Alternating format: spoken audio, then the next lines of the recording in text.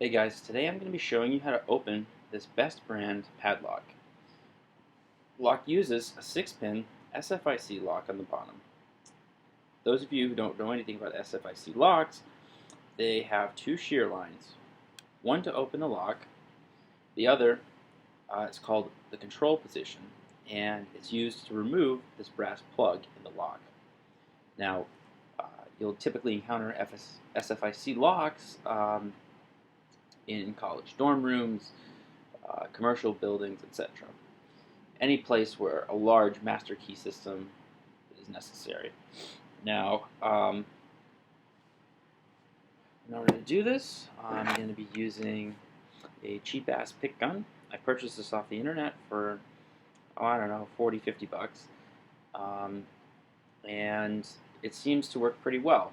You can buy more expensive ones, but I've managed to open every lock that I've thrown this at so far, so I don't really see the purpose.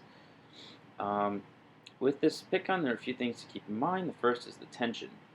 As people generally say that you want to use less tension for freer locks with easier to move pins and more tension for corroded locks or locks with stiffer pins. In my experience, just keeping it on the highest setting is the way to go.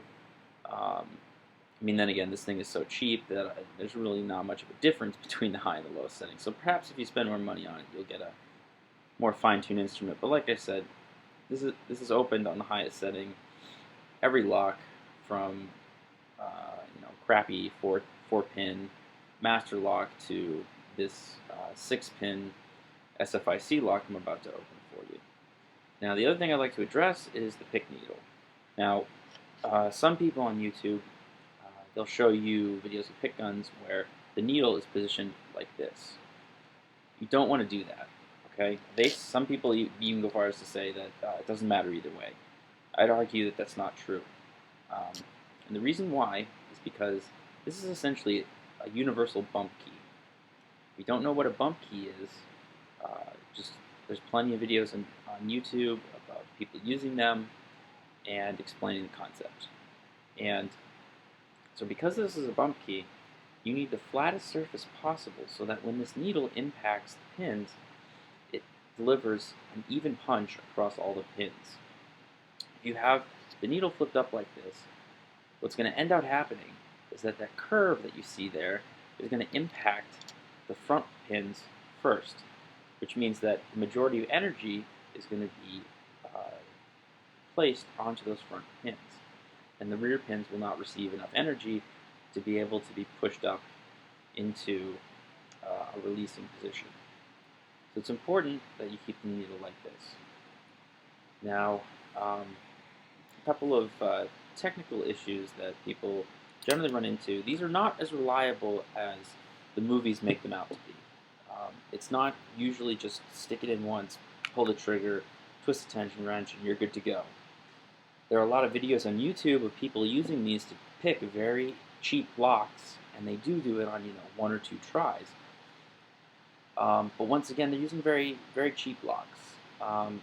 This best lock would cost somewhere in the neighborhood of $150, $175 just for the lock plug. And once again, when you're picking any SFIC locks, they're going to be more expensive, harder to pick.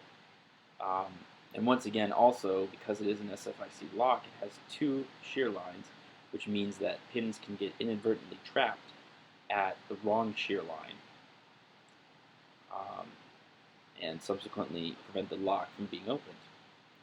Now, that being said, with a little practice, you can get pretty reliably consistent with these things. Although I wouldn't throw out your regular pick set just yet. It took me about a week. I've had previous lockpicking experience, and it took me about a week from getting it to really get it to start opening locks. If you don't have any experience at all, it'll probably take you 2 or 3 weeks to sort of get the hang of it. That being said, I just want to go over a couple of the technical things that people oftentimes do wrong when they try to use one of these things. First thing is they stick the needle in too far. Now what does that do? Well, when you stick the needle in too far, what happens is that there's a block at the back of the lock, which when you stick the pin in all the way, it goes, it basically gets under the block. So when this needle snaps up, it hits the block. The problem is the pins are in line with the block. So none of the force is transferred onto the pins, and it's all transferred onto the block. Now, some locks don't even have holes at the back. So if you could stick this straight through the hole, and theoretically, it could look something like this. So if it looks like that, it's wrong. Don't do it, because you'll break the needle, and then you'll have to spend an hour trying to fish the needle out of the lock. And that's a pain in the ass, and that's not cool. So don't do it. If you're a beginner, and you don't know how deep you should stick the pick gun in, or you don't really have a sense of it, what you should do is get a key to the lock that you're trying to open, and you shouldn't be picking any locks that you don't have keys for. So get a key, and sort of line it up with the pick thing here at the last bump, and you'll get an idea of about how far. If you want to be really sort of diligent about it, you can put a piece of tape around the needle or something like that. I don't know. You just figure it out. Now, that being said, I'd like to go over how to effectively use the tension wrench in the lock.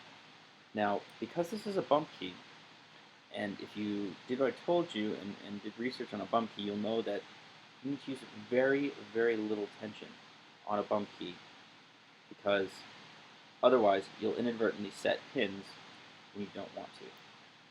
So what I actually do is sort of like bounce the tension wrench.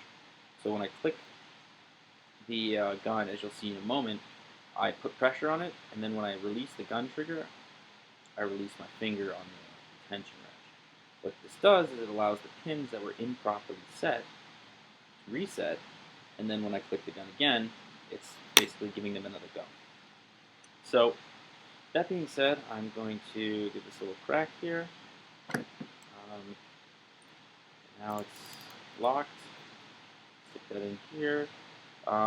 Anybody who says that they're picking an SFIC lock on a one click with these things is just lying to you.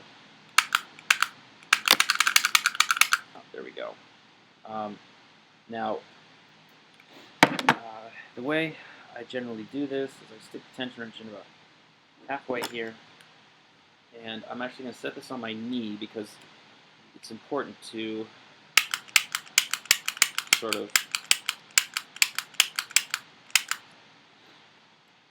okay, there we go.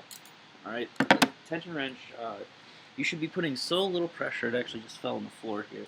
You should be putting so little pressure on the tension wrench that when the lock pops open, it actually, the tension wrench will go flying, as it just did. I don't know where my tension wrench is, but bottom line is if there's a lock open, it's going to take you probably, like I said, once you're sort of like, if you knew how to use this lock picking gun, it'd probably take you about a week to figure out how to get this stupid thing open. 6-pin, best brand, SFIC lock. Thanks, guys. Post comments and questions, and I'll try to get back to you.